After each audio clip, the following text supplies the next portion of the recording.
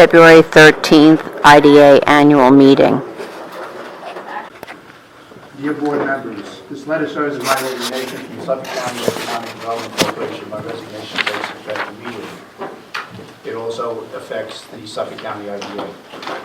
As you're aware, since my service began 8 years ago, a company has declined from bidding or participating in projects that apply for and receive financial incentives. In today's market, our company's sustainability is dependent upon us being competitive on every opportunity available for bid.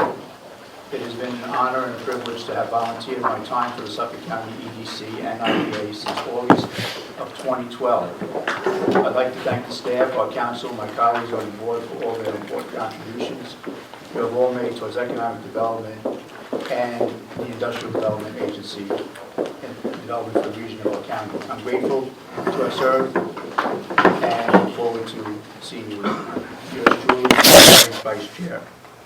I will be chairing today's meeting as an acting vice chair. So with that said, I would like to open it up for public comment. Do you have cards? Great.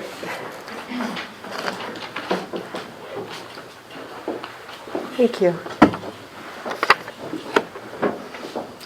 Just one note before we start. Legislative product. The public comment section is limited to 3 minutes, so I would hope that everybody in the audience, every speaker adheres to that request. And we will not interrupt the public speaker when he speaks. We will answer questions after. Okay. First of all, I'd just like to again point out that I've been pointing out for years. I would like to receive these prior than when I walk in here. I looked at the latest one, and they were prepared in December of 2019. I don't think there's any reason why a legislator or anybody member of the public shouldn't have these ahead of time. I will be putting the bill in, co-sponsored by Legislator Picarillo, to force you to do that if you don't do it. I'm great concern is the Westfield project in Selden. I recently learned a few months back that it was sold to Broxmeyer and became a Fairfield property, and they got the tax benefits. The Broxmeyers are essentially billionaires.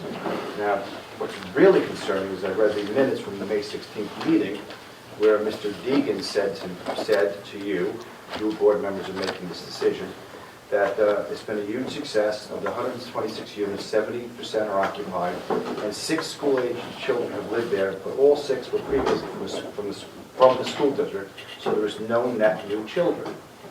Well, one phone call to the superintendent of school told me there's 41 children that go to that school. It's a cost of about $20,000 a kid. That's $860,000 that the residents of that district are now paying to subsidize a billionaire. Now, this is what is coming from the minutes. I wasn't here. If you were told that, you made a decision based upon faulty information. And you should be going to your people who are doing this for a full-time job to make sure that it's followed up and looked at. Now, how I found this out was, I was driving past one day, sometime in the summer, and I saw a bus pull in. So just as a joke, I pulled in, and I watched the kids get off the bus, and so 21 kids get off the bus. As I was leaving, they're changing the sign to Fairfield. So, a billionaire, you give a tax break to a guy who sat in this chair and said, oh my God, I need this, I can't build it. He builds it, I understand one of the principals died and they needed to sell it. I'm doing the math right now. I think he made about $14 million during the sale. And I think Fairfield bought it cash, because there's no mortgage tax that was paid. So either they had private funding or they paid cash. This is wrong. You just literally screwed the taxpayers of the Middle Country School District. And when I go in front of the school board and tell them this, they're not going to be happy. Everything I think, I don't know who this Mr. Deegan is, but I find it funny that I'm looking at the next one for Prospect Sports, and guess who the person is who's representing them. So if in fact he told you this, and I don't know if it's true because I'm only reading this, and I'm very happy that they're now recorded so we can go back and get a full accounting of what happened. If he said this and it wasn't true, what about what he says in here? That there's going to be 100 jobs at $127,000 a year at a soccer field. I could go on and on and on. But this is wrong, and this has to end. Because as board member, Mr. Tony will tell you, his kids don't live in the state anymore. They all moved. And this kind of thing is what's forcing people to move. There's 299 pending foreclosures in the Middlesex Country School District. And what did you just do? Made it more expensive for those people to live there. And probably caused more foreclosures. We should not be giving tax incentives to billionaires. Any questions? What's the one you're referring to for the 100 jobs? The new, it's coming up, Prospect now? Sports, yeah. Well, you know that if those things don't come through, we can always claw back. I'm well aware of that, and how many have been clawed back in the history of the idea?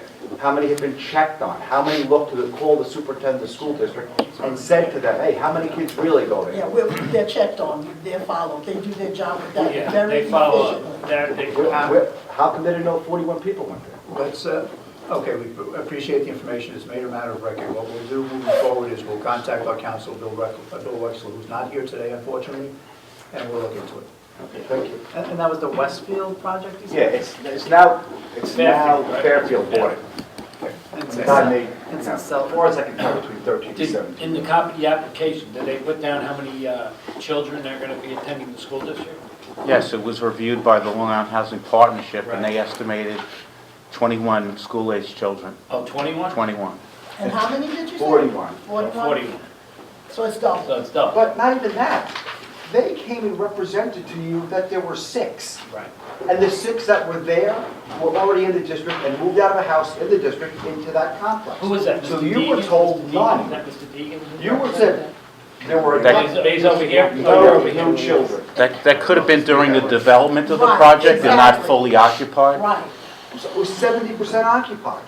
With Well, maybe that's what information you have, we will look into, we'll verify. It's in your minutes, it's not me. No. We'll verify that things were done properly. Yeah. Next to speak, We don't have any additional cards. Is there anyone else who would like to speak today? No? okay, I'll close Okay. the public comment Yes. section. Okay, the annual meeting will start with the election of officers. I guess we'll do this as a group, which we have done before. Yes. Okay. We currently have a nominated slate for the election of officers, as the chair would be Natalie Wright. I would be the vice chair moving forward. The treasurer will be Sandra Kaufman, and the secretary would be Anthony Giordano. Do I have a motion? Motion by Natalie, second by Josh, all in favor? Aye. Great. The next on the agenda is the assignment of committees. Currently, we've set up the assignment of committees. The Audit and Finance Committee will be chaired by myself, with Anthony Giordano, Sandra Cochran, and Natalie Wright as additional members. And the Governance and Compliance Committee will have Greg Castamano as the chair, Josh Slaughter, Natalie Wright, and there is one vacant position right now because we need to fill one board position moving forward. Correct. Do I have a motion to accept these committee assignments? Motion by Tony, second by Sandra, all in favor? Aye. Aye. Next on the agenda is a schedule of meetings for the upcoming year. I believe all of the board members have it in front of them. I'll entertain a motion to accept the schedule of meetings as is. Do I have a motion?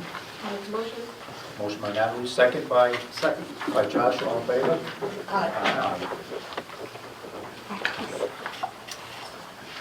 Next on the agenda, item number D, we have Suffolk County Industrial Agency signatories on agency accounts. 6 signatories are authorized on agency accounts, with 2 of the 6 signatories being required on all accounts. The 6 signatories are 4 officers and 2 staff members. The preference is to have 1 officer and 1 staff member as the 2 signatories. The following should be authorized for signatures for the year 2020. Natalie Wright, Kevin Hardy, Sandra Cochran, Anthony Giordano, Anthony Catalano, and Kelly Morris. Do I have a motion to accept these people as these signatories on the accounts? Motion by Sandra, second. Second by Natalie, all in favor? Aye. Okay, on item number E, it's agency council. I have a resolution here, an annual business items. Be it resolved to continue to retain William Wexler Esquire as agency counsel at 2020 at the rate of $340 per hour. Do I have a motion to accept this resolution? Motion. Motion by Josh, second by Sandra. All in favor? Aye. Item number F, bond counsel. Bond counsel / transaction counsel is being resolved to redesignate the four law firms of Barclay Damon LLP, Harris Beach PLLC, Nixon Peabody LLP, and Kate Munchin Roseman LLP as the agency's bond counsels, transaction counsels for the year 2020, and that applicants may select a different bond transaction counsel of their choice, provided that that bond transaction counsel they select is qualified and acceptable to the agency. Do I have a motion to accept this resolution? Adam makes the motion, second. Second by Tony, all in favor? Aye. Item number G is the audit and account CPAs. Be it resolved to retain Sheehan and Company as the agency auditors for 2020 in the amount of $24,000. Do I have a motion to accept this? I'll make a motion. Natalie makes a motion. Second. Second by Sandra. All in favor? Aye. And H, review and re-adopt agency policies. Agency accountant. Is this under the same purview? Yes. Okay. Be it resolved to retain Albright, Vigiano, Zurich, and Company PC as the agency's accountants and not to exceed $35,000 for the year 2020. Do I have a motion? Motion. Motion by Josh, second. I'll second. All in favor? Aye. Next, we'll move to new business. Prospect Sports Partners LLC. We've got the disposition policies, the, Oh, we still have those? that we have Okay. to approve Yes, I see annually, them right there. so. Suffolk County Industrial Development Disposition of Property Guidelines adopted pursuant to Section 22896 of the Public Authorities Law. This is what we've used year in, year out. Yes, No changes? correct. And it's something that is required to be re-adopted annually. This and the investment policy. And there's no changes to what we currently have? Correct. Okay. I'll entertain a motion to accept. Second. Motion by Josh, second by Sandra, all in favor? Aye. Okay, we move on to new business. Thank you. That was an investment. That's Tony. We did that. We also would like to welcome Natalie Wright as one of the newest board member. She was appointed by the Suffolk County Legislature 2 days ago, so welcome, Natalie. And so since it just happened 2 days ago, Kevin will continue to chair the board meeting since he has prepared for the meeting, and so we'll just continue with that. I'd like to thank everyone for attending today's meeting. We panned the audience earlier, and we thank the individuals for attending this meeting and their participation. Everyone in attendance can receive a full packet of information of the applications and all the items that are being considered by the board today. And in the coming days, the application will be posted on the agency's website. The board meetings are typically attended by, as we saw, Suffolk County legislators and or their aides, the applicants or business and attorneys that are presenting before the agency, and then also members of the press. The new applications is just the first step in the beginning of the public review process. After being presented to the board for consideration of the preliminary approval today, the projects are subject to a public hearing and require a final approval by the board at a subsequent meeting. Applications are typically available for public review, as I've mentioned, in the coming days and posted on our website, and are subject to 2 public opportunities to comment. In addition, the agency is always willing to accept an email or written comments on a project as part of the public record at any point during this process.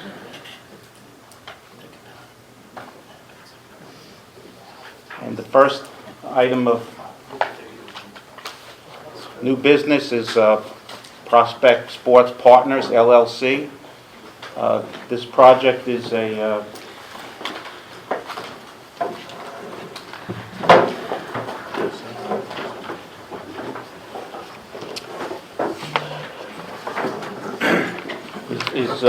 consisting of the construction of outdoor playing fields, soccer fields, and sports recreation facility, and also slated for 2 medical sports medicine buildings. Only one of the buildings is being considered as part of this project. The second building, medical office building, is for a future phase and not part of this application. Prospect Sports Partners is overall the master developer, contractor, and operator. It involves 2 parts: the sports complex that will be used for soccer and for other sports, as a tourist destination, and recreational. Can be considered a recreational facility under the IDA Act, and then also in conjunction with that is the sports medicine facility.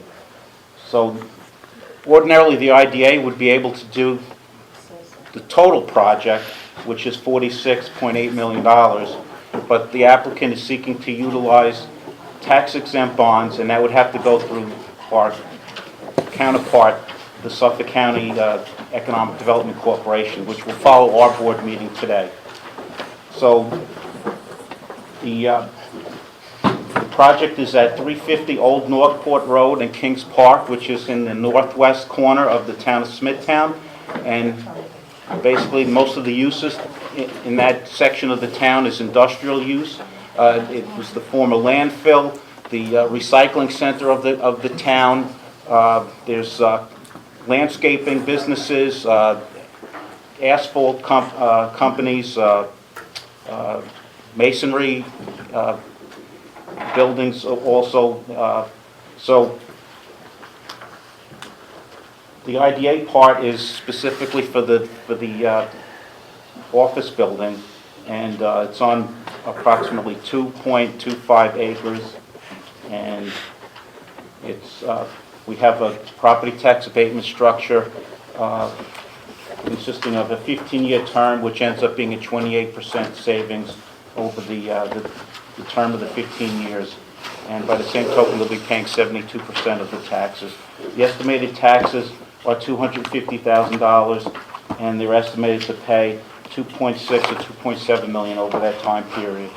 So overall, the proposed agency assistance is about $1.8 million. As I mentioned, and the total project cost is like $46.8 million, with the medical office building as $1.8 million, and then $35 million they're seeking in tax-exempt bonds through the Suffolk County Economic Development Corporation. So overall, the project is 235 jobs combined between the sports facility and the medical office building. So with that, we have representatives from both the not-for-profit entity and also the Prospect Sports operator, Kenny Henderson, David Starr, and Dan Deegan. Good afternoon, gentlemen. Good afternoon. Good afternoon. And I will answer the other questions that were raised earlier at a different time and place, but I assure you it was not correct. That'll be fine. Okay, so my name is Dan Deegan. I'm with the law firm Porcelli, Deegan, Tirana in Uniondale, New York. I am representative for the applicants.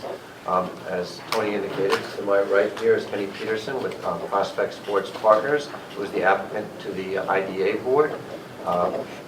Michael Orso, who's one of the principals, one of the main principals of Prospect, is actually overseas in Korea right now on business, otherwise he would have been here. And then I also have David Starr to my right, who's a very well-known housing developer based out of Texas, but he's a Long Island person. And as part of his many housing projects that he does, he tends to give back to the community. He usually has a social responsibility component to it, and that's part of what you're going to hear today. So even though he doesn't have a housing project here, he's, through a confluence of circumstances, which are all positive, he's part of this project, bringing his expertise and track record to try and make this project a reality.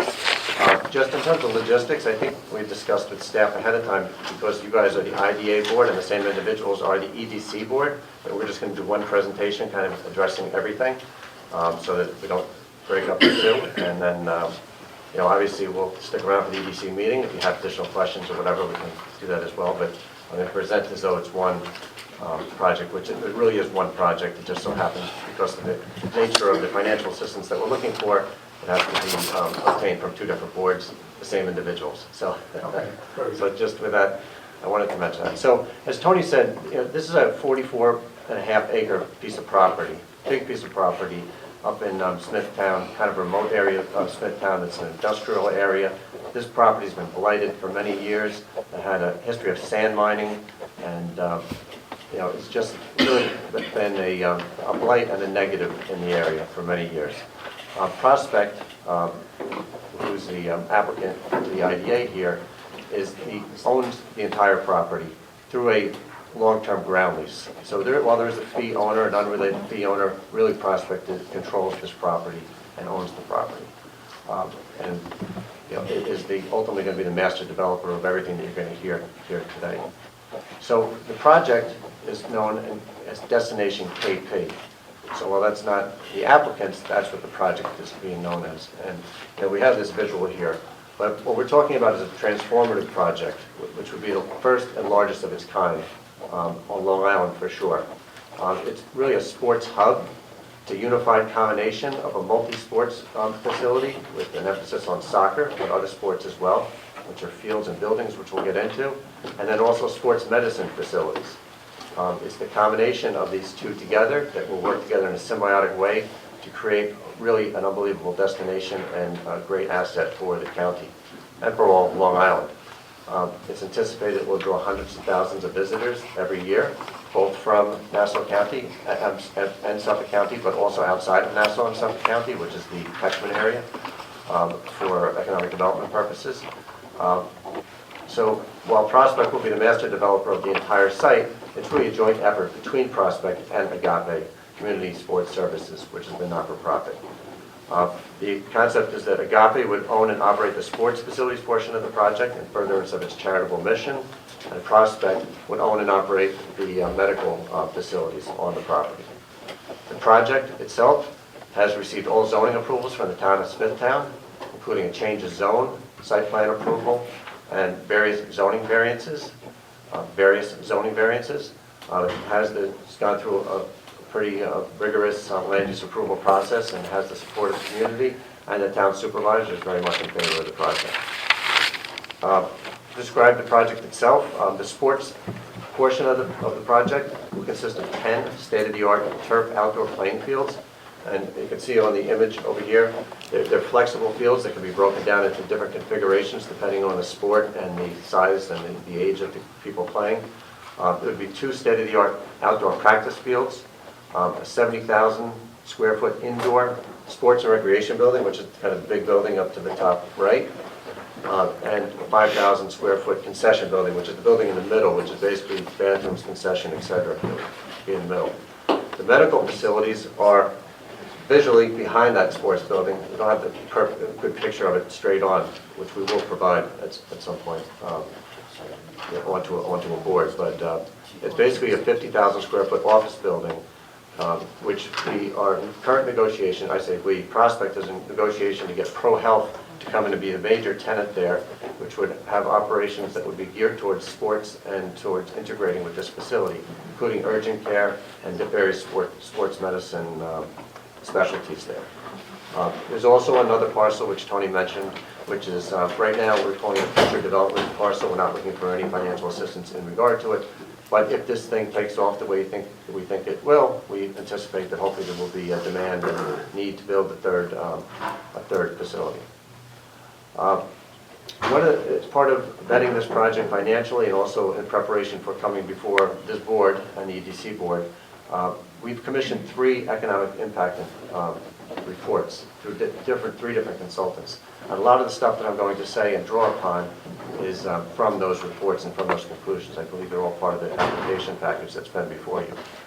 But Destination KP will provide crucial services, including on-site dining, practice and training services, and sports medicine, all in one place, similar to athletic campuses and field houses at major universities. Provides a state-of-the-art venue for regional soccer, lacrosse, and other sports tournaments, unlike any other facility on Long Island. Many of these tournaments today are being held in other regions and states, forcing Long Island families to travel and spend their time and money elsewhere.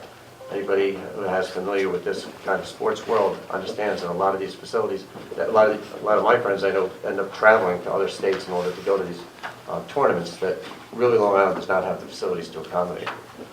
This project is seeking to reverse this trend and bring this activity back to Long Island and provide the activity for people, for Long Island residents as well.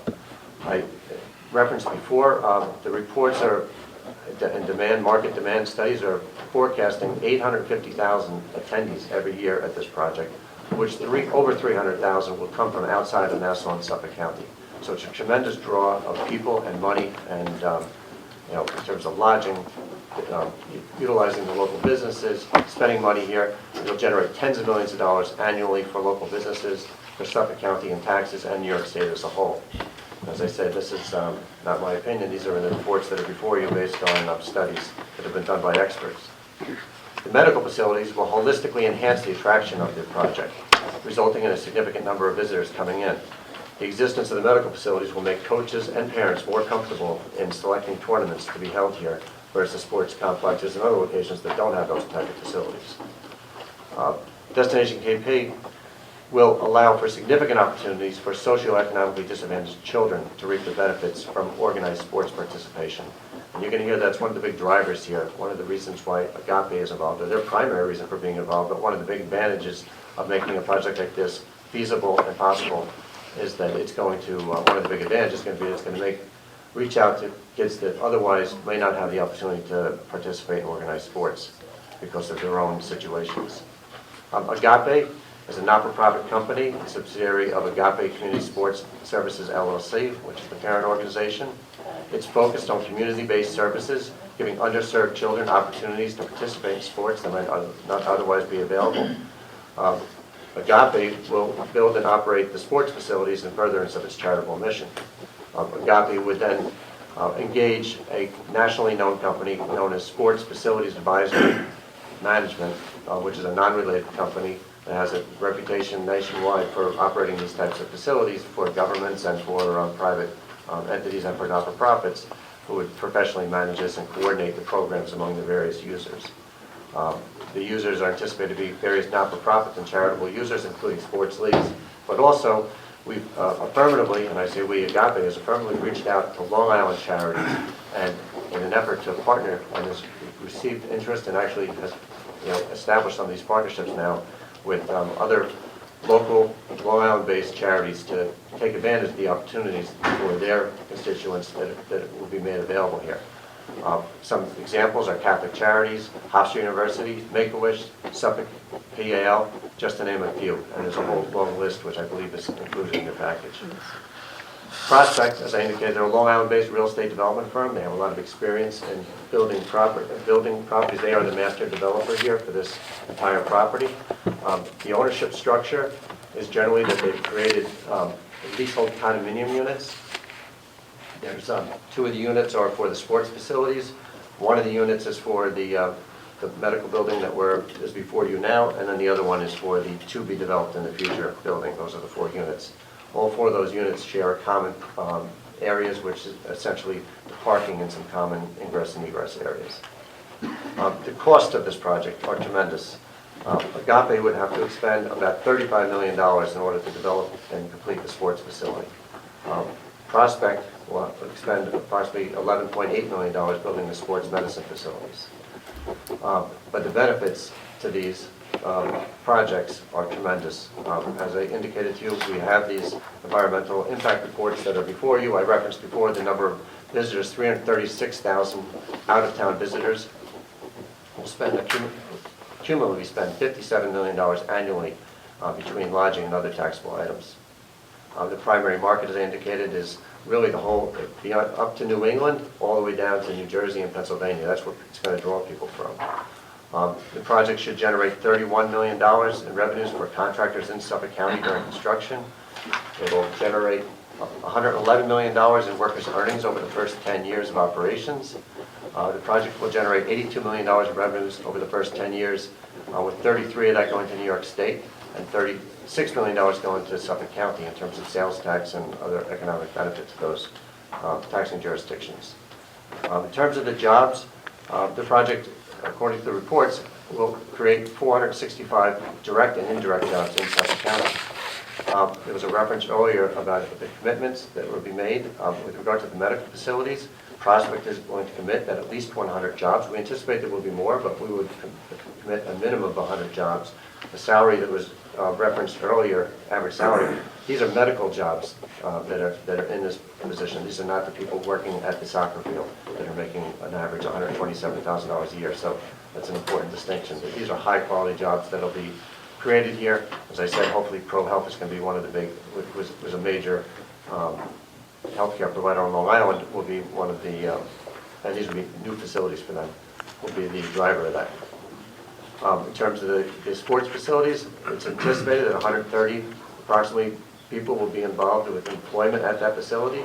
Ultimately, it's going to be operated, as I said, through the sports management company, which is a third-party company. All these benefits are tremendous, as I would call it transformational, especially for a property that's producing nothing now and has been a blight to turn it into this, something that the town is excited about, the town supervisor is excited about. The problem is that it's not possible without the agency's assistance. The costs, as I laid out, are very high. Costs of construction generally in New York are high. Costs of taxes on Long Island are high. So we're looking for this board's assistance and the EDC's assistance. With regard to the EDC, we're looking for the EDC to assist by the issuance of $35 million in tax-exempt bonds, which would finance the sports facilities and the common, disproportionate share of the common area. Prospect is looking for, with regard to the medical building, that we would have a pilot agreement that would allow us to phase in the taxes, as described earlier, and sales tax and mortgage recording tax on the construction materials and any mortgage financing that has to be put into place. We have here, obviously these guys are here for questions. We submitted a tremendous amount of information, which I tried to touch on and give you an overview of. But it's a very exciting project. It's really something that hopefully everybody can be proud of if we can get this thing off the ground. Tremendous amount of money has been laid out already to get it to where it is now in terms of getting these land leases in place, getting the entitlements to the property, and now we're at the point where we have to figure out the financing, and that's why we're here for the tax-exempt bonds and for the pilot to try and sales tax, mortgage recording tax exemptions, to ask for your help to help us make this a reality. So with that said, I would take any questions that you guys have. Any questions from the board? I have a question. 134 full-time jobs or 134 jobs? Those jobs were projected by the economic consultant in terms of a facility like this. So that would be FTE, full-time equivalent. All full-time? Yeah. Permanent. I mean, so whether or not those are full, it's a good question. So I shouldn't use the word FTE because it's going to be, certainly a lot of the jobs will be part-time because it's not always going to have 134 people sitting there. There's times when it's going to be probably, 200, I don't know how many people, but there's going to be coaching staffs, there's going to be referees. So it will go, that number's taken out. Equivalently on the report between the part-time job and full-time jobs together. Totally. Yeah. But you don't know the blend yet? It's in one of the reports, I don't know the exact terms of it, yeah. We can pull it out here. Basically, it's full-time jobs, it's taking the referees and all the part-time and then and then the full-time jobs and actually meshing them together. I have to ask this question, don't take it the wrong way. Several years, are you connected in any way with the other Agape that was here in Suffolk County years ago? Are you familiar with what happened with Agape? With the bridge loans and the company that, it was called Agape and many people lost money. It was very similar to Madoff. No. That was like a Ponzi scheme. You remember that, Agape? Yes. That's No, why this the has names nothing to do are with that. the same. I was like, a common name. I said, it's not very common. I just wanted You don't to. even know about that. No, David's from Well, Long I'm Island sure you originally, may but get that it's question Texas. down the road. Yeah, because nothing to do with it affected a lot of people here in Long Island, especially in Suffolk County. I think the word agape means God's love. Right? Yeah, well, That's great. Well, I just had to ask the question because it's, I think a lot of it's people not use your average run-of-the-mill name, Right. so. Yeah, so 134 jobs projected on the sports facility and then an additional 100 on the medical facility, is that correct? The building and the medical facility, physically can accommodate up to 250 jobs. We just don't know exactly who the tenants Can are I going to give be. a little majority. input on that? I'm David Starr. A lot of those jobs, when we will hire a sports facilities management company. But one of the things that we're going to be doing is, and once we get involved with the not-for-profit partnerships that we've set up on a preliminary basis and understand all the needs and everything, we expect to start a job training program with the people that are underprivileged and do not have jobs, that are unemployed, and expect to use them and train them in sports management, sports facilities, operations, maintenance, grounds, all the things that are involved in sports facilities, and we will be paying them. And they'll be getting paid a minimum wage, but they'll be paid, and so that they can then enter the employment status. So these jobs will be constantly turning over. So we'll have classes and training and school, and there'll be in-school training and then field training. We've done this with local community colleges where we've set up apartment complexes and done that with, we trained them to operate in an apartment to do air conditioning repair, maintenance, and things like that. And then this force will constantly recycle. So to say that it's 140, yes, initially, but this will constantly multiply. Each year, you'll be turning over new people that we hope to bring into the workforce, that they can go out and get jobs outside of this venue into other venues. Okay. Have clarification and a question. So for clarification purposes, this does not include the construction jobs, that's totally separate. Right, correct. Okay, and in the application, you say that the sports facility will be fully exempt from real estate taxes and sales tax on construction materials. Will you elaborate on that, please? Well, as a nonprofit, we're entitled to a sales tax exemption, and so we'll be using these benefits and savings in order to build the facility, because the costs are extremely high. So in order to be able to deliver what we want to be able to deliver, we're trying to keep the cost down. You know, you can't go over to somebody and say, okay, the cost of iron and steel has gone up. I would say 2% a quarter over the last couple of years. And with all these new tariffs that are being thrown around, we've had to find product from different resources in order to replace the products that we can't use anymore. All these things are created to add value to the project, so that in the end, the project is worth that much more, because the value of the project is the value with that as a replaceable value. And can you explain about the real estate tax though? And you would never have to pay real estate tax on this? Well, right, so it's like if any charity buys a piece of property, they don't pay tax on it. Right now, it's just vacant property, it's not a big tax producer anyway, and really, this is, they're gonna be fields, there's gonna be one building, but Excuse me, I'm sorry, I'm, this is what I do, so, Go for it. yeah. We use the abatement in order to compete with private enterprise. We can't compete because what private enterprise does when they come in, they put 10, 15% equity into a transaction, and they leverage that equity to get the debt. The tax abatement becomes almost tantamount to our equity in the transaction. And so that equity then gives us the ability to get the same amount of debt and compete on equal footing with private enterprise and deliver something that private enterprise wouldn't deliver. Okay. and we're not So asking this board for the exemption. As long as, I know, I just want No, I'm clarification out glad you there. asked the question. As long You gave as me the ability to As talk. long as you're a nonprofit, you will never pay real estate tax, except for maybe the amenities or something like that. Correct. You have to pay Right. something. And then if for whatever reason, if we're not involved in the project anymore, it would go back on the tax rolls. Unless At whoever the value, buys it keeps it as a nonprofit. unless the city or the state or something got involved. Okay. So, So Thank they- you. May I say, so really, most important in my eyes, I can't speak for the rest of the board, is the amount of jobs it's going to create. Because that's going to have to be gospel, in my opinion, because if you're getting tax breaks anyway, based on your, Right. the tax-free benefit, nonprofit status, then you have to live by the 130, 140 jobs. Not only And that, has but to we be have to closely deliver, monitored.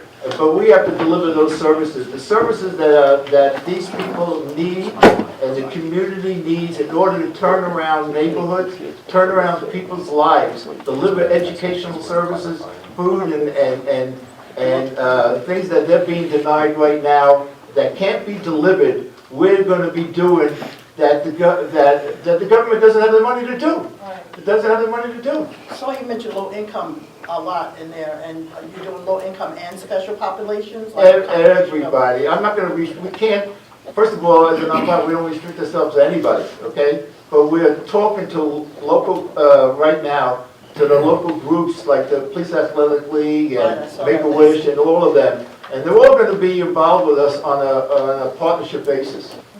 Now, have you gotten feedback from the residents? They love it. The community residents? Oh, yeah. How have they found out about it? We've researched the areas, and we went out and got the names of these nonprofits, the No, ones no, I'm that talking are about the active. residents. Oh, we haven't gone, no. What we're gonna do now is. Because I don't want the residents coming in, No, hundreds of people no, saying, but, excuse we've me. had that already. We can't go, until the project is a reality, we wouldn't dare go out into the neighborhoods and talk about something, because you start a firestorm about something that isn't gonna happen, or is gonna happen. Now, we're gonna be going with the nonprofits and meeting with their groups of people in their areas and their specific needs, and then discuss with them What about the the things civic- that they civic? wanna do and I'm what talking they about wanna the civic. accomplish. I'm talking Kenny, about the civics, not the nonprofit, it's the Yeah. civics. Yeah, so, The civics. so it's important to understand, that we've gone through, and it's not so much with regard to those operations, but the facility itself has gone through the land use approval process. So there's been a lot of outreach, and Kenny, We I'll met let with you the speak to KP it. Civics, we met with Tony Tanzi in the town, and everybody individually throughout And the how's it process. received? Everybody loved it, they loved the economics of it.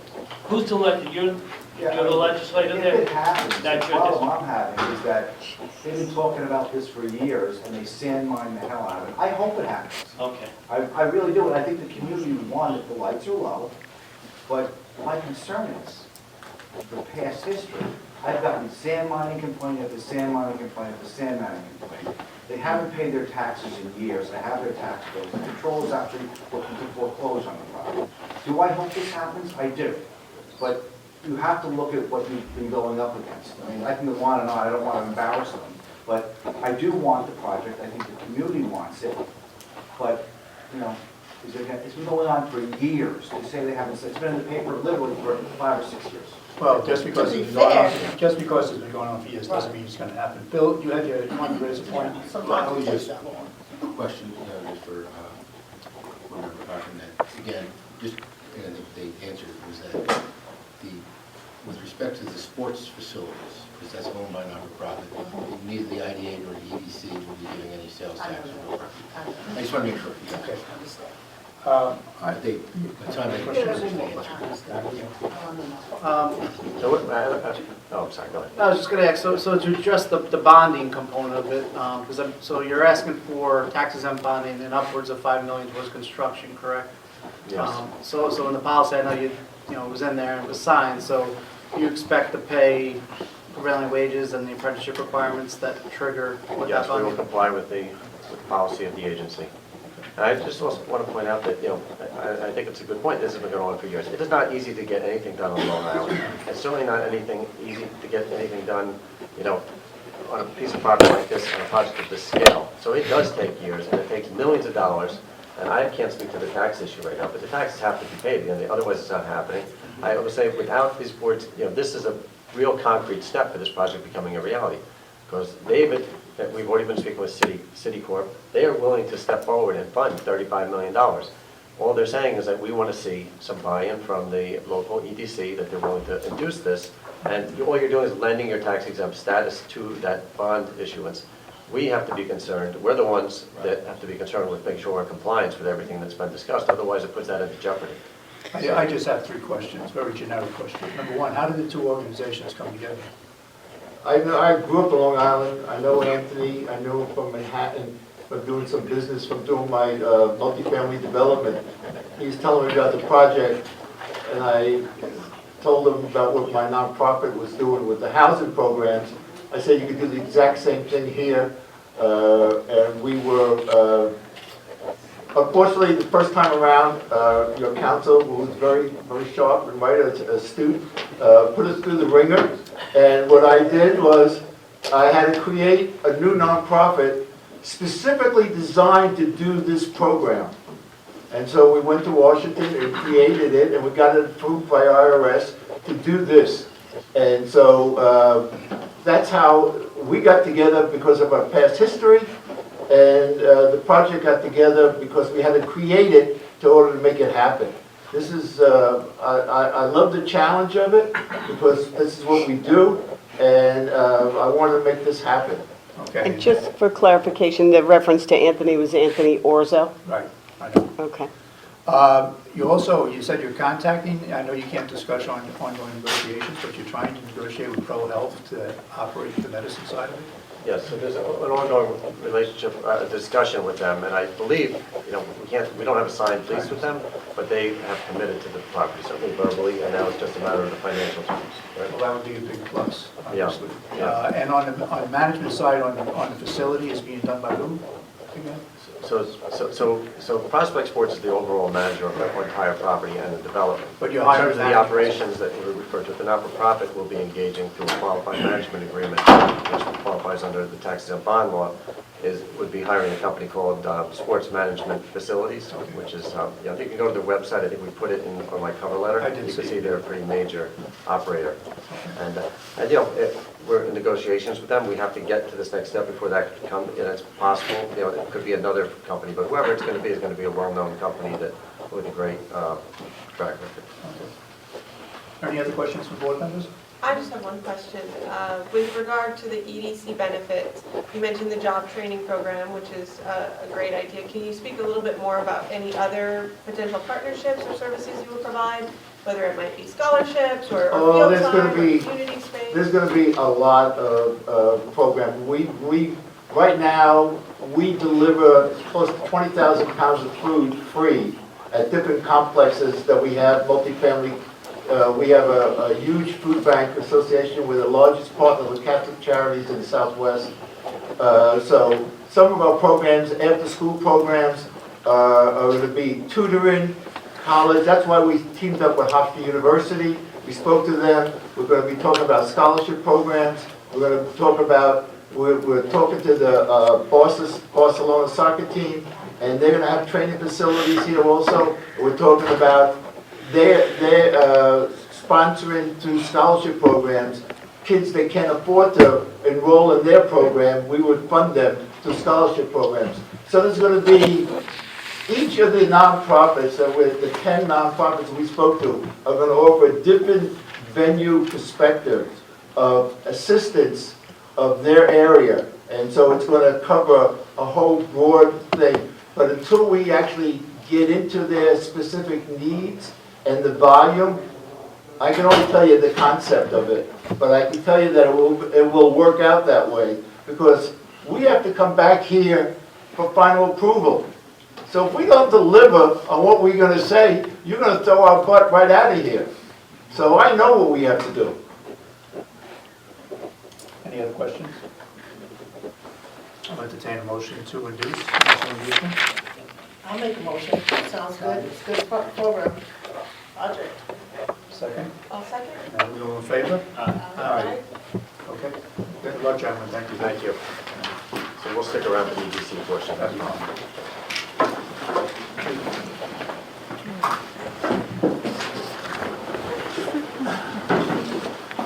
I got a short Bill Wiz man. I've never met him. We've had some conversations.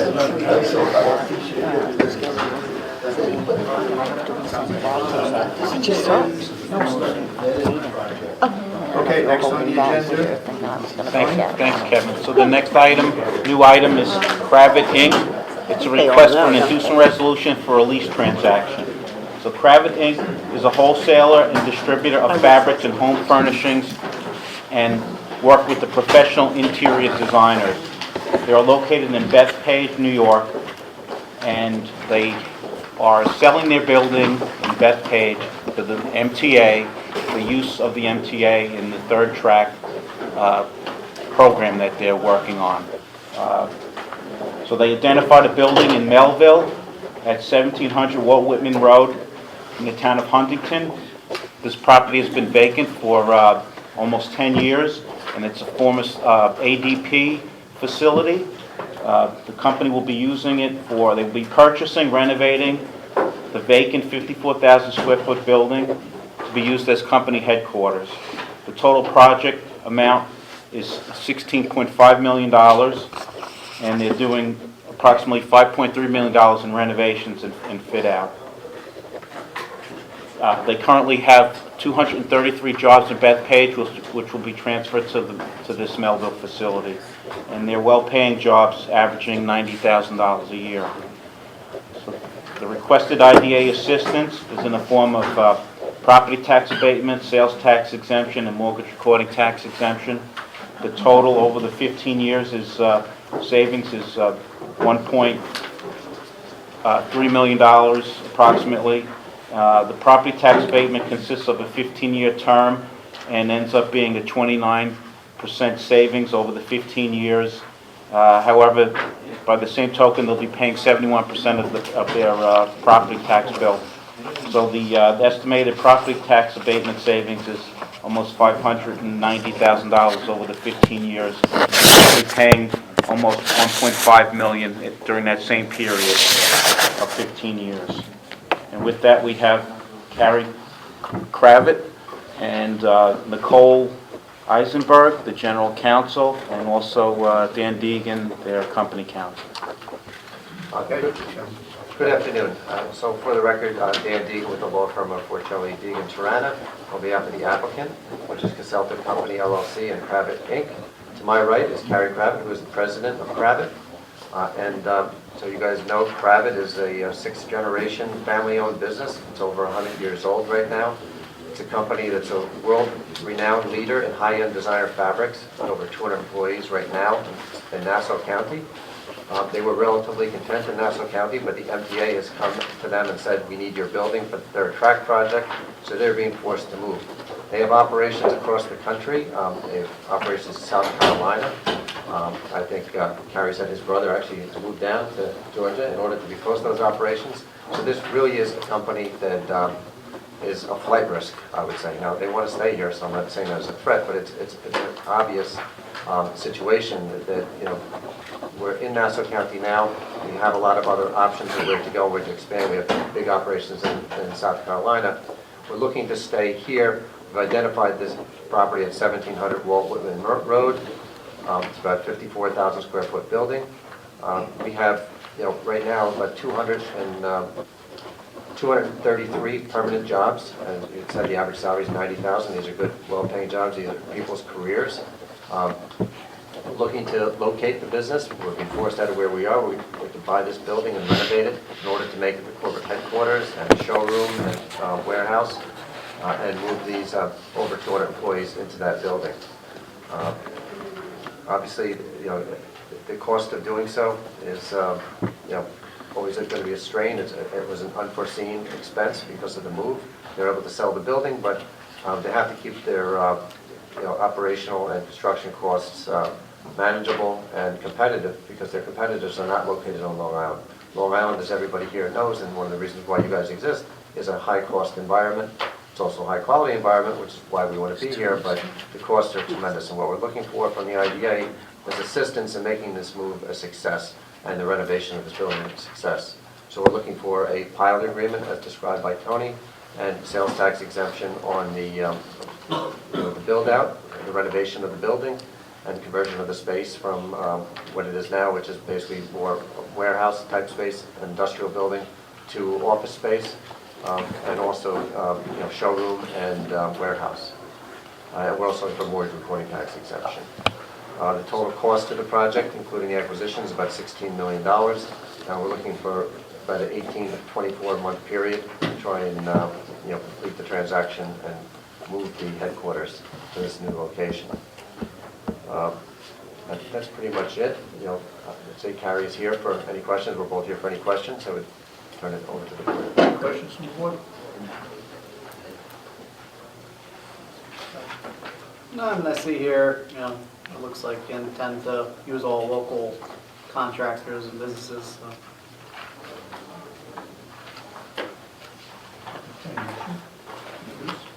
There's no other questions? Motion by Tony, second. Second by Josh, all in favor? Aye. Okay, best of luck. Thank you. Thank you for coming. Thank you. All right, thank you very much. Thank you.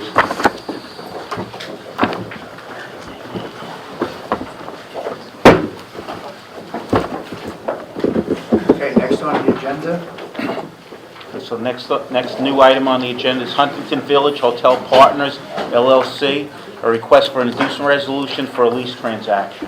It involves a boutique hotel in the heart of Huntington Village, in the town of Huntington. There was a proposal by the previous owner back 6 years ago, in 2014, that the board approved, to renovate the old town hall, which was vacant and still vacant now. It's been vacant for at least 10 years, but that project never materialized. The previous owner couldn't obtain the necessary financing for the project. So we have a new, and that old proposal was for 54 hotel rooms. The current proposal is for 80 hotel rooms. Again, so Huntington Village Hotel Partners is looking to renovate the old Huntington Town Hall, which is a historic structure, which is about 8,600 square feet. Equip and construct a new addition of approximately 54,000 square feet to create 80-room hotel, a boutique hotel. And it will be branded, so the owners have the franchise of utilized the Hampton Inn as the flagship for their property. So they'll be using the boutique hotel will be under the Hampton Inn franchise. They intend, I don't know if you can say a historic structure is blighted, but it's been for at least 10 years. Dilapidated. There's a chain link fence around it for public safety and also to protect the property from vandalism. So it deserves a better fate. And this project is on the eastern entrance to the Huntington Village business corridor. So I think with the current proposal and development that it'll be a grandiose visibility entrance to the main village entrance. There's approximately 14 jobs that will be created, and with approximately $40,000 in average salary. They've utilized a market study and determination that the hotel itself will be a tourist destination. And we've utilized, the agency has utilized the services of the National Development Council. They have an ongoing engagement with Suffolk County Department of Planning and Economic Development. They're a national not-for-profit economic development entity that provides development assistance to municipalities throughout the country, and they help us structure the property tax or public assistance for these particular projects. And we're fortunate to have Kevin Grimps here, who's one of the vice presidents of the National Development Council, which will provide an overview of the proposed assistance and development of the project.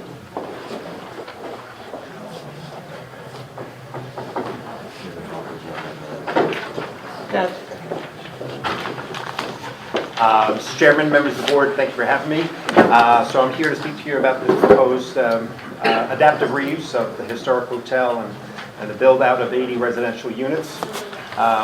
In discussing this with staff of the IDA, our assignment was to review the development application, the program, and the developer's financial model, determine for the need and the sizing of the financial assistance, particularly the payment in lieu of taxes, and offer comment and a perspective on the sizing of the schedule and the sizing of the tax benefit itself. The development is adaptive reuse of the historic Old Town Hall in Huntington. It's a mix of rooms and suites, 80 suites. It involves the rehab of the existing 88,000 square foot plus 53,000 square feet of new construction. It's an atypical development site, triangular, so obviously it's been a challenge to develop given its vacant status over the last couple of decades. So with the parking, there's going to be 40 on-site at-grade spaces plus 20 off-site. It's a $24.2 million development for a limited service hotel. Actually, that cost is a little bit on the high side for a limited service hotel. This is why there's a financially challenged, and therefore why it has been vacant for quite a long time. So the proposed incentive package includes the sales tax on the building materials, the mortgage recording tax, as well as tax savings over a 20-year period of time. I'm not going to go through the numbers, but the as-complete taxes is $366,000. That's equivalent to $4,500 per key. It's a very high number for a hotel. And simply put, with those taxes, if the building would go into production, you would be able to assemble the requisite equity and debt in order to build it, because it just doesn't meet the financial metrics for a comparable development.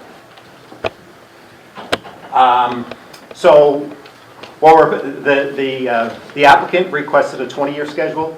We're recommending a 15-year schedule, starting with a 75% abatement, and then abatement scales down on an equal 5% level over the 5-year period of time. So the current taxes are $61,000. In year one, that will more than double to $137,000. Over the 15-year period, the term of the pilot, the average tax paid is $244,000. So that's equivalent to over a 4-time multiplier of the existing taxes. So the increment is quite substantial, despite the partial tax abatement during the proposed 15-year term. That is the schedule. As you see, it starts with 75%, and then it burns off by an equal 5% over the years. So over the term of the pilot, $3.6 million is paid. Again, an average of $244,000, a 4 times multiplier over the existing taxes right now. You'll see this represents the tax increment during the 15-year pilot term. And overall, despite the fact that there's a $1.8 million of savings during the 15-year period of time, it's a $3.6 million that is paid during the 15-year period of time. So obviously, the public benefit, in terms of just the increment, exceeds the benefit to the development team and the applicant. In addition to the financial benefits, this is a great project in terms of bringing in additional disposable income to the village of Huntington to afford, in order to patronize the existing retail base, the restaurants, and everything else that we have in the village of Huntington. Obviously, with a hotel, there is no impact on the schools with no school children, and it's a revitalization of a historically significant property that has been vacant for a couple of decades. So overall, great project for the village, the town, and Suffolk County. You have to answer any questions if you have any. This, if I'm not mistaken, this was a couple of years ago, another hotel developer came to try to utilize this parcel, correct? Mm-hmm. Yeah, it was about half the size in terms of the numbers, Yeah, it was and like I would 50. imagine they just weren't able to pull together the capital stack to do it. And the previous owner, I don't think really had expertise or experience in hotels. And so the current applicant, that's one of the businesses that they do, so. And the town is in favor of this? Yeah, so they've worked with the town already and have received some approvals, and also structured an arrangement to utilize some of the town-owned spaces at their existing Huntington Town Hall to utilize for this project. So with that, we have George Tunis here, who's with the applicant. Thank you, Tony. Thank you, members, for giving me this opportunity to meet with you. I want to express my gratitude to our most professional staff that has worked with us every step of the way to try to achieve this. Sir, I want to answer your question. The town of Huntington approved this unanimously at the town board level, approved it unanimously at the zoning board level, and I will tell you the town of Huntington zoning board is a pretty tough body these days, and there was no one in opposition. I was there. I've lived in Huntington practically my entire life. We moved there in 1971, and I lived there up until a couple of years ago. We moved a couple of miles west into Nassau County, but there was an unusual amount of public support for this, maybe because it wasn't a multifamily development, but maybe because Huntington wanted a hotel so badly for so many years. But I think it was highlighted by the fact that this is a really unique property. It has sat empty, and I'll use the word derelict, for 10 years. Years ago, when they thought that they were going to start building something, they shut the water off. They shut the heat off. The pipes froze, they exploded, there was water everywhere. So my partner and I have a very substantial lead abatement issue to deal with, a fairly big mold issue to deal with, an asbestos issue to deal with. On Main Street, you're at elevation 62. When you go to the back of the property at Girard Street, it's elevation 39. So, we're literally building something on a slide. I will tell you that some of the adjacent buildings themselves are practically falling down. How do I know this? They've approached us to see if we can incorporate it into the project, and I'm like, let me get this approval and start construction. I'll talk to you later about it. But it's a very, very difficult slope to build on. There's a substantial amount of shoring and underpinning to make sure that it's done properly and safely. We're also building on-site parking, which is something that's very unusual. So in addition to building on a slope, it'll be 3 stories on Main Street, but you'll enter into sort of a bottom garage level, and we'll have 40 parking spaces on site. We'll have 20 parking spaces in very close proximity, and 60 parking spaces for a 80-room hotel is something that we looked at very carefully, and it certainly suffices. My partner Ross Casada and I own the Hampton Inn in Comac. It's 143 rooms, and we have traditionally run 82 to 86% occupancy. We sell out half the nights out of the year, and I'm telling you, on any sellout, we don't use any more than 40% of the parking lot.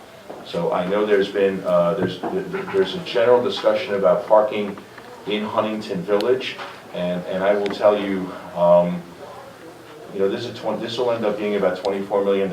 It's about $10 million in cash, and the returns are skinny.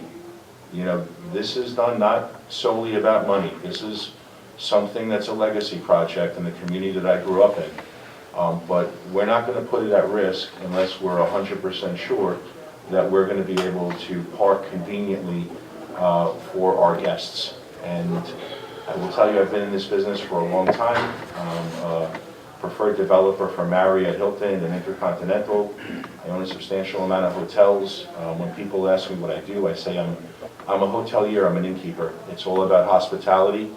You want to make sure that your client has a very convenient and safe parking space to do so, because you're going to risk your guest satisfaction, and if you do that, and if you don't do things in a manner that speaks to guest satisfaction and the highest degree of quality, you're ultimately going to risk your business.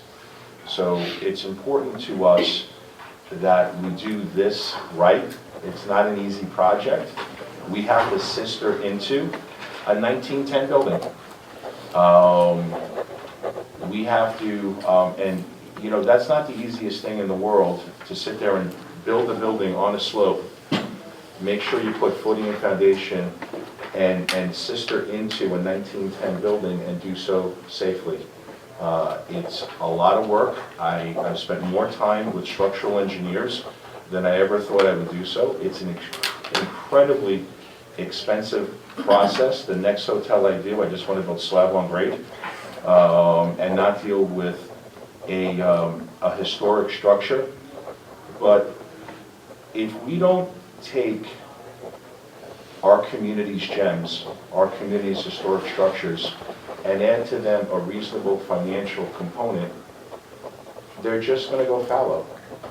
And I think this is an incredible opportunity to take what is my favorite building on Long Island and breathe life back into it and give it a 21st century iteration where people will come from all over the country and I think all over the world.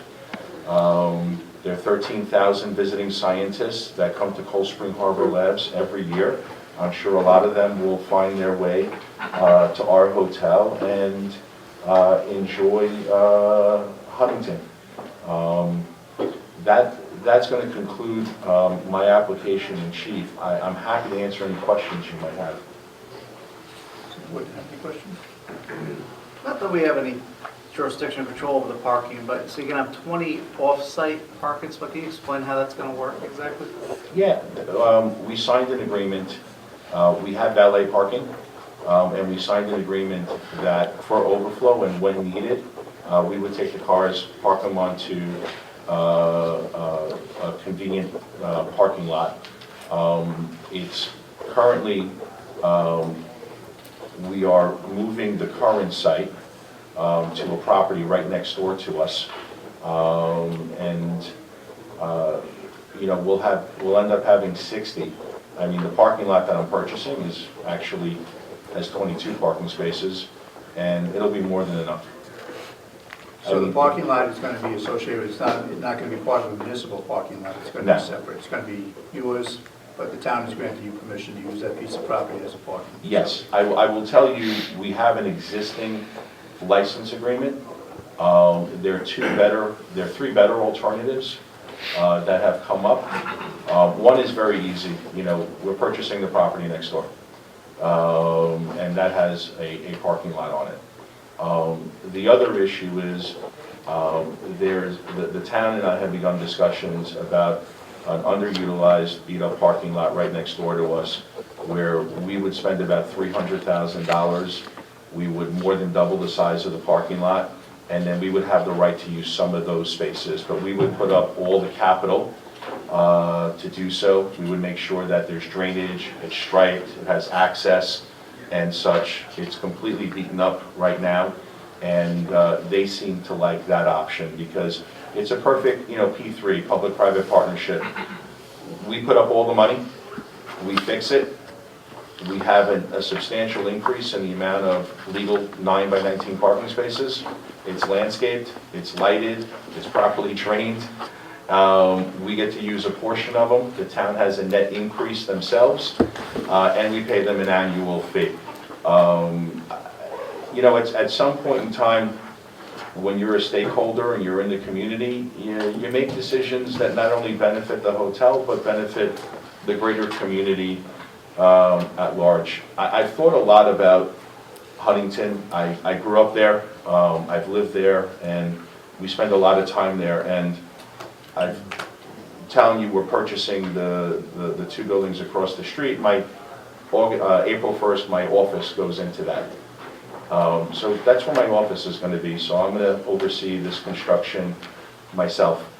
You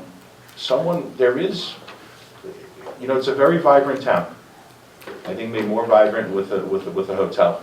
It's a very vibrant town, and there are times on Thursday, Friday, and Saturday night that you know, you do have to search around for a parking space. I'm not going to deny that. You find one eventually. It may not be the most convenient, but you find it. Someone once told me, if a downtown doesn't have a parking problem, it has a host of all other problems. It's a high-class problem. I am happy to say that we're not going to contribute to it because we're going to park on site. And I'm happy to say that we're taking measures on our own cost and expense to help alleviate it. I'm not saying that there isn't going to be some parking stress in Huntington. We're not causing it. We're going to help ameliorate some of it. It'll still exist. But I can make an argument with you that the Paramount, people come from all over to go see a show there. They're in, their hotels are, they use hotels down on 110. They have to drive them up every day.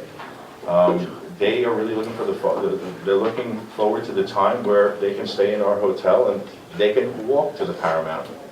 So that would actually be an instance where we're alleviating some traffic here. I think being in close proximity to the railroad and utilizing a hotel van, we can shuttle people back and forth. They can walk to St. Patrick's Church. They can walk to restaurants. So, I can make a really good argument, given the proximity to the train station and such, that people who are staying at other hotels and are coming up to Huntington to visit family, clients, colleagues, and such, you have to drive back and forth. If they're coming in for a weekend and visiting from Connecticut to visit their daughter-in-law and their son and their grandchildren, that they're actually parked, in my hotel parking lot, and they don't have to go back and forth from 110. I just have one question. Considering that this is a historic landmark, a legacy project for you, I imagine that there's care taken to ensure that there is a new development and an existing structure to blend those two from an architectural perspective? That was my instinct in the first iteration, and I learned a lot about, how we do this. When I first went to Robert Hughes, the wonderful historian and the executive director of the Historic Commission in Huntington, I saw a brick building with limestone, and we made an extension of the hotel of entirely brick and limestone. It was the same thing. So I thought it should look alike.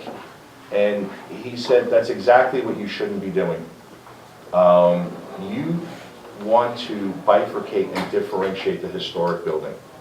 You want to be people, when they see this historic building, want to know where it begins, where it ends, and if you look at the front of our hotel, it's limestone. So I think it'd be very beautiful. It has a 2-story glass entrance that connects the old town hall and what will be the hotel, but you walk into this beautiful 2-story lobby that's all glass. You go to the left, everything about the public area of the hotel will be in the historic town hall. You'll have the lobby and seating areas and everything to the left in the old historic town hall building. And if you go to the right, you'll have elevators and all the rooms associated with it. The historic town hall will have a lot of the mechanicals down in the basement where we're going to park cars. On the first floor is what I think is a stunningly beautiful lobby. On the second floor is a breakfast area that you can get a continental breakfast. And on the third floor is and by the way, the breakfast area is where the old town boardroom is, with these gorgeous, gorgeous historic windows that just overlook Huntington. You have a beautiful view of the Soldiers and Sailors building and a very historic cemetery. And on the third floor, you have what's going to be, a magnificent fitness facility.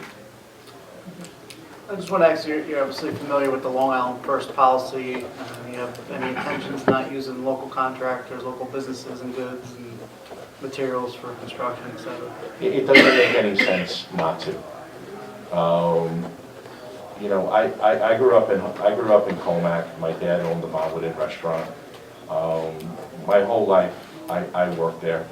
I know what it was to work with my hands. I know what it is to respect people who work with their hands.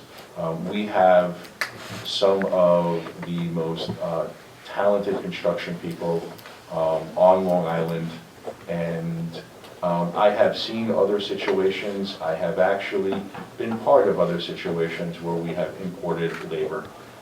Not only did it take a lot longer, not only was the quality not there, not only is it a lot of aggravation to figure out where they're going to stay, but at the end of the day, it just simply wasn't worth it.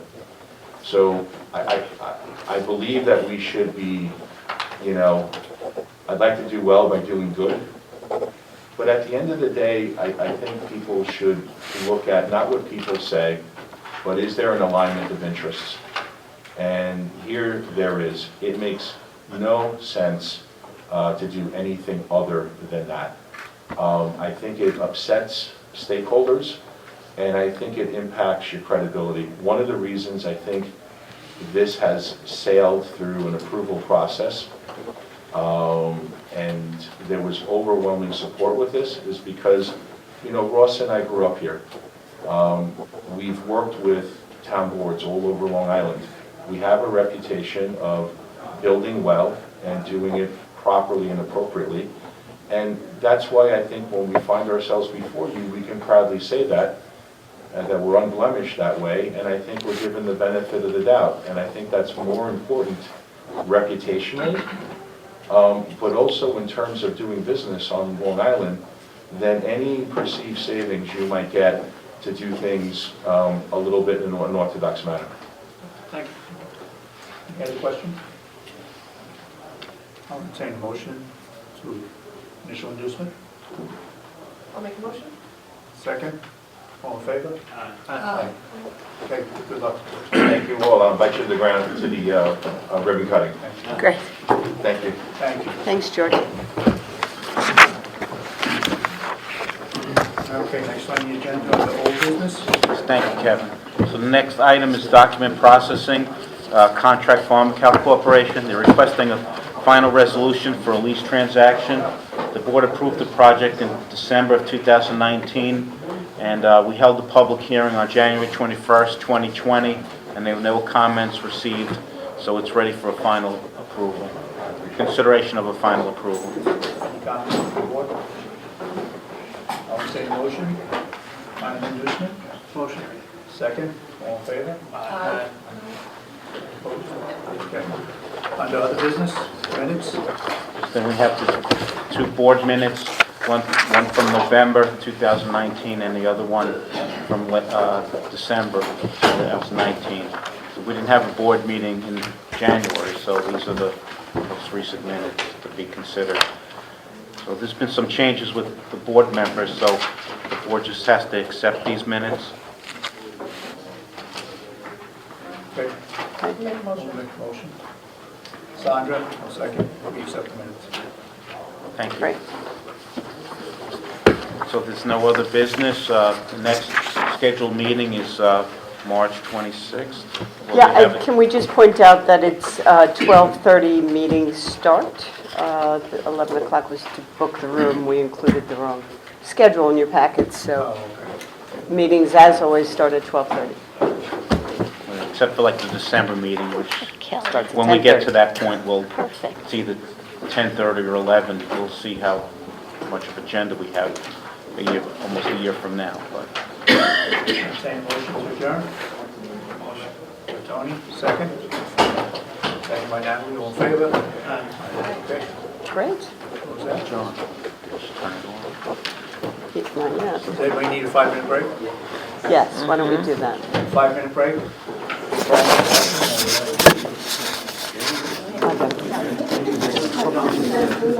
Okay.